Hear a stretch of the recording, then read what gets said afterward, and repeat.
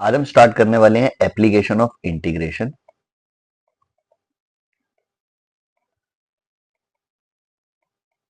This is very very important chapter. 6 marks का chapter है ये, क्लास 12th। और बहुत ज्यादा डिफिकल्ट या बहुत ज्यादा कॉम्प्लिकेटेड चैप्टर नहीं है, इसलिए आप आराम से 6 मार्क्स स्कोर कर सकते हैं इस चैप्टर के अंदर। इस चैप्टर को स्टार्ट करने से पहले हम 11th क्लास का कोनिक सेक्शन थोड़ा सा रिवाइज करते हैं। Conic sections, class 11th। अब यहां पर हम कोनिक सेक्शन को डिटेल में नहीं पढ़ रहे या हम उसके क्वेश्चन सॉल्व नहीं कर रहे। हम यहाँ पे सिर्फ जनरल इक्वेशन सीख रहे हैं, कुछ फिगर्स की, स्पेसिफिक फिगर्स जो हमारे एप्लीकेशन ऑफ इंटीग्रेशन में यूज होनी है। जैसे सबसे पहले हमने सर्कल्स के बारे में पढ़ा था, सर्कल्स के बारे में बात करते हैं। इसकी जनरल इक्वेशन होती है x माइनस एच का whole square plus y minus k का whole square is equal to r square. यहां पर h और k सेंटर के कोऑर्डिनेट्स होते हैं और r जो होता है वो रेडियस होता है। तो इस चीज का आपने ध्यान रखना है। आप इसी सेंटर और रेडियस का यूज करके किसी भी इक्वेशन जो सर्कल की इक्वेशन होगी उसकी फिगर को बहुत आराम से ड्रॉ कर पाएंगे। जैसे मैं आपके सामने एक इक्वेशन लिख रहा हूं, x square plus y square is equal to 4। अब यहां पे इसको अगर मैंने चेंज करा तो this is x minus zero का होल स्क्वायर, जनरल फॉर्म में चेंज किया, वाई माइनस जीरो का whole square is equal to 2 का स्क्वायर। तो आपको यहां पर क्या मिला, सेंटर के जो कोऑर्डिनेट्स हैं, हमारे सेंटर के कोऑर्डिनेट्स वो हमें 0 0 मिले और जो रेडियस है वो हमें 2 मिला। तो हम इसी के बेसिस पे आराम से फिगर बना सकते हैं। हमने क्या किया, यहां पर हमने एक कार्टेशियन प्लेन बनाया, उस पर हमने एक सर्कल बनाया और सर्कल जो हमने बनाया वो इस तरह से बनाया कि हमारा सेंटर जो है वो 0 0 हो गया और जो हमारा रेडियस है वो हमने यहां से 2 यूनिट्स का लिया, तो ये कोऑर्डिनेट हमारे 2 0 हो गए। तो अब आप ध्यान से देखिए कि हमने सेंटर और रेडियस की हेल्प से बहुत आराम से इस फिगर को बना लिया है। और एग्जांपल लेके देखते हैं। मान लो आपको क्वेश्चन दिया हुआ है x माइनस 2 का स्क्वायर प्लस वाई का स्क्वायर इज इक्वल टू 4। अब हमने इसको भी चेंज किया जनरल फॉर्म में, x माइनस 2 का स्क्वायर y माइनस 0 का स्क्वायर इज इक्वल टू 2 का स्क्वायर। अब आप ध्यान से देखो कि हमें सेंटर के जो कोऑर्डिनेट्स मिल गए हैं, सेंटर के कोऑर्डिनेट्स वो 2 0 मिले इस बार और रेडियस जो मिला वो भी अगेन 2 मिला। अब हमने फिर से वही कार्टेशियन प्लेन बनाया एक और उसके ऊपर एक सर्कल बनाया, लेकिन हमने देखो सेंटर जो है वो 2 0 लिया, दिस इज 2 0 और रेडियस हमारा 2 है तो हम 2 प्लेसेस और आगे गए और ये 4 0। तो अब खुद देखो यहां पर कि ये हमारा पार्ट जो है रेडियस का हो गया और ये हमारा सेंटर के कोऑर्डिनेट हो गए और हमने यहां से सर्कल बनाया इस तरीके से, ये हमारा सर्कल कंप्लीट हो गया। तो ये सेंटर और रेडियस की हेल्प से बहुत आराम से आप सर्कल बना सकते हो। जनरल फॉर्म में चेंज करके चलोगे तो कोई प्रॉब्लम नहीं आएगी, कंफ्यूजन नहीं होगी और गलती नहीं होगी, इस चीज का ध्यान रखना है। एक थोड़ी सी डिफिकल्ट इक्वेशन लेके दिखाता हूं कि हमने उसमें क्या करना होता है। अब वो थोड़ी सी डिफिकल्ट इक्वेशन हमारे पास ये है, जैसे मैंने लिखा x square plus y square is equal to 8x। अब ध्यान रखना यहां पर ये मैंने 8x लिखा है, इधर 8y भी हो सकता है, 8x भी हो सकता है, 4x 4y, कुछ भी कैसी भी सिचुएशन हो सकती है। बट यहां पर हमें जनरल फॉर्म में चेंज करने के लिए 10th क्लास का कंप्लीटिंग द स्क्वायर मेथड लगाना पड़ेगा, तभी ये जनरल फॉर्म में चेंज होगी और तभी इसकी फिगर बन पाएगी। अदरवाइज आप इसको नहीं सोच सकते कि इसका सेंटर क्या होगा, रेडियस क्या होगा। तो इसको हमने चेंज कैसे करना है, हमने यहां लिखा x square minus 8x plus y square equal to 0। अब हमने क्या किया, यहां पर इसके अंदर कंप्लीटिंग द स्क्वायर लगाया, this is x square minus 8x। Completing the square करने के लिए जो x का कॉफिशिएंट होता है, x का कॉफिशिएंट याद रखना, उसके हाफ का स्क्वायर ऐड सबट्रैक्ट करना होता है और साथ में हमारा वाई स्क्वायर चल रहा है, हमने उसको वाई स्क्वायर रहने दिया, ये 0 है। तो कंप्लीटिंग द स्क्वायर मैंने इंटीग्रेशन में भी बताया था, मैं यहां पर दोबारा से स्टेप्स लिख रहा हूं। तो हमारा स्टेप 1 जो होता है वो होता है remove coefficient of x square if any. अगर एक्स स्क्वायर का कोई कोफिशिएंट है, यानी कि इस एक्स स्क्वायर का कोई कोफिशिएंट है, तो सबसे पहले उसको रिमूव करना है। सिंस यहां पे 1 था तो हमारा स्टेप 1 हमें करने की जरूरत नहीं पड़ी है। और हमारा स्टेप 2 क्या होगा, यहां पर स्टेप 2 हमारा होगा add and subtract, add and subtract square of half of coefficient of x. ये आपको स्टेप 2 करना है, और जब आप ये स्टेप कर लोगे तो आप खुद देखो, this is a complete square.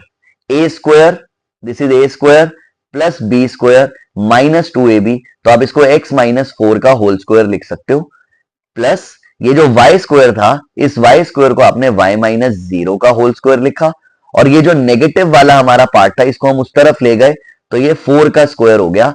यानी कि सेंटर के कोऑर्डिनेट्स आपको मिल गए 4 0, और आपको रेडियस मिल गया यहां पर 4, और आप इसकी फिगर को बिल्कुल उसी तरीके से बना सकते हो जैसे आपने यहां पर ये फिगर बनाई थी। मैं यहां पे दोबारा से फिगर बना के नहीं दिखा रहा, बस आपको चेंजेस करके दिखा रहा हूं कि आप इस वाले क्वेश्चन के लिए कुछ मत करो। यहां पे मैंने कोऑर्डिनेट जो है इंक्रीज कर दिए, देखो। तो ये जो हो गया हमारा 4 0 हो गया, और ये जो हो गया 8 0 हो गया। और अगर कोई कंफ्यूजन हो तो आप बना के देख सकते हो, और फिर भी कोई प्रॉब्लम आ रही हो तो मुझसे डाउट पूछ लेना, कोई प्रॉब्लम नहीं है। हमारी नेक्स्ट फिगर जो है दैट इज पैराबोला। पैराबोला,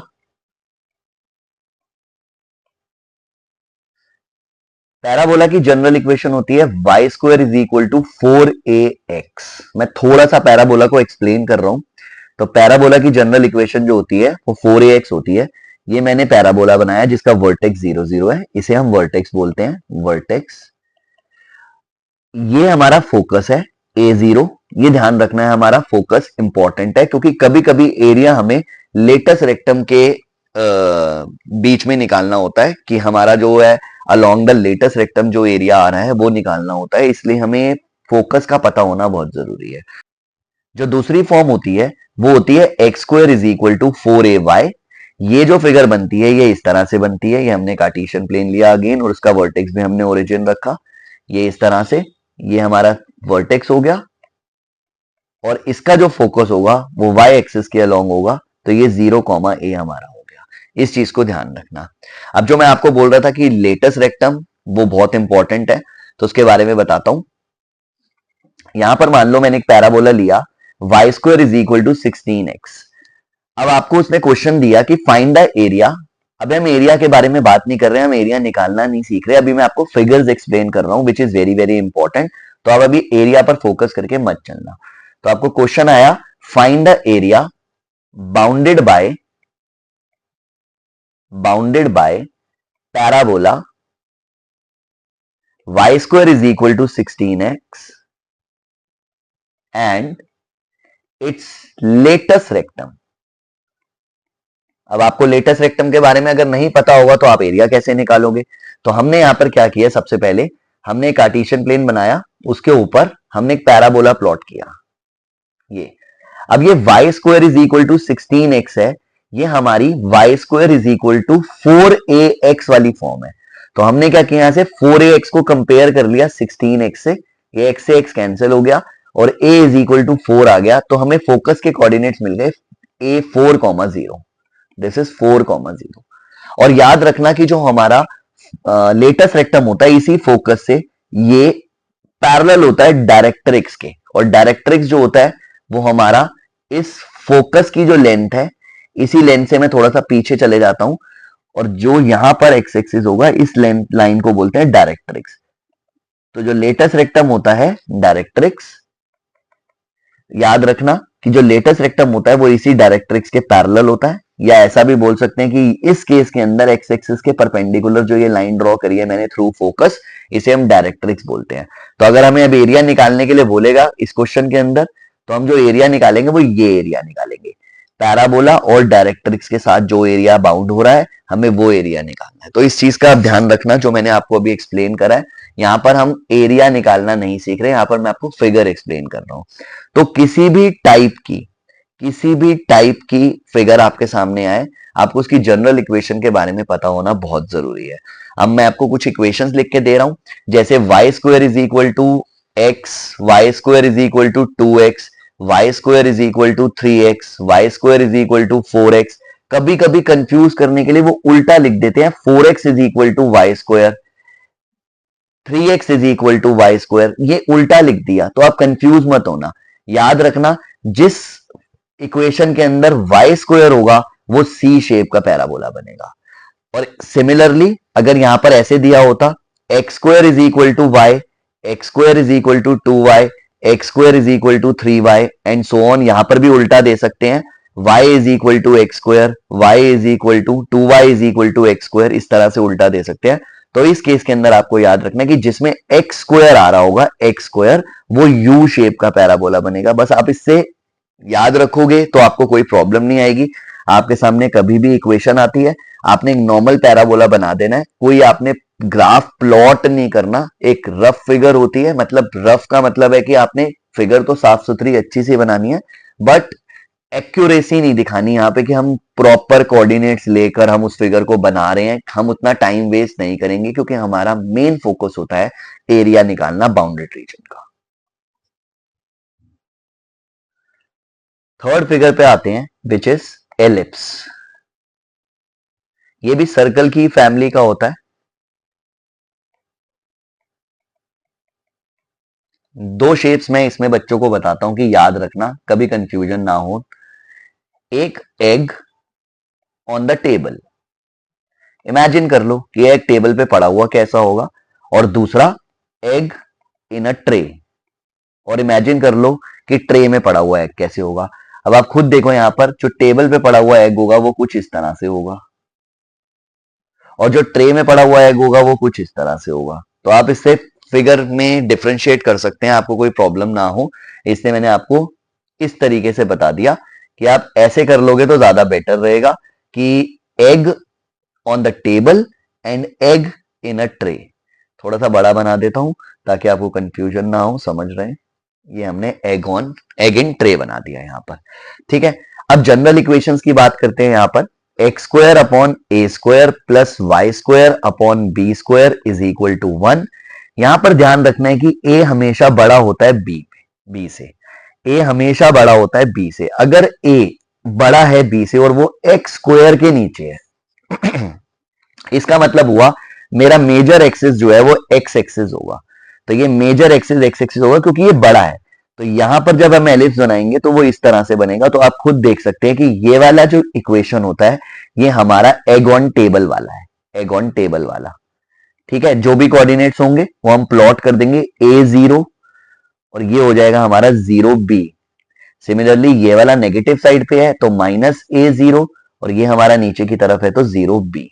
और जो दूसरे वाली इक्वेशन होती है, दूसरे वाली equation, this is x square upon b square plus y square upon a square is equal to 1। Again अब आप खुद देख लो, ए हमेशा बड़ा होता है बी से, तो यहां पर अब बड़ा नंबर वाई के नीचे है, तो इसका मतलब मेजर एक्सिस जो होगा वो वाई एक्सिस होगा। तो एग जो बनेगा वो इस तरीके से बनेगा, जो हमारा एग बनेगा वो इस तरह से बनेगा यहां पर।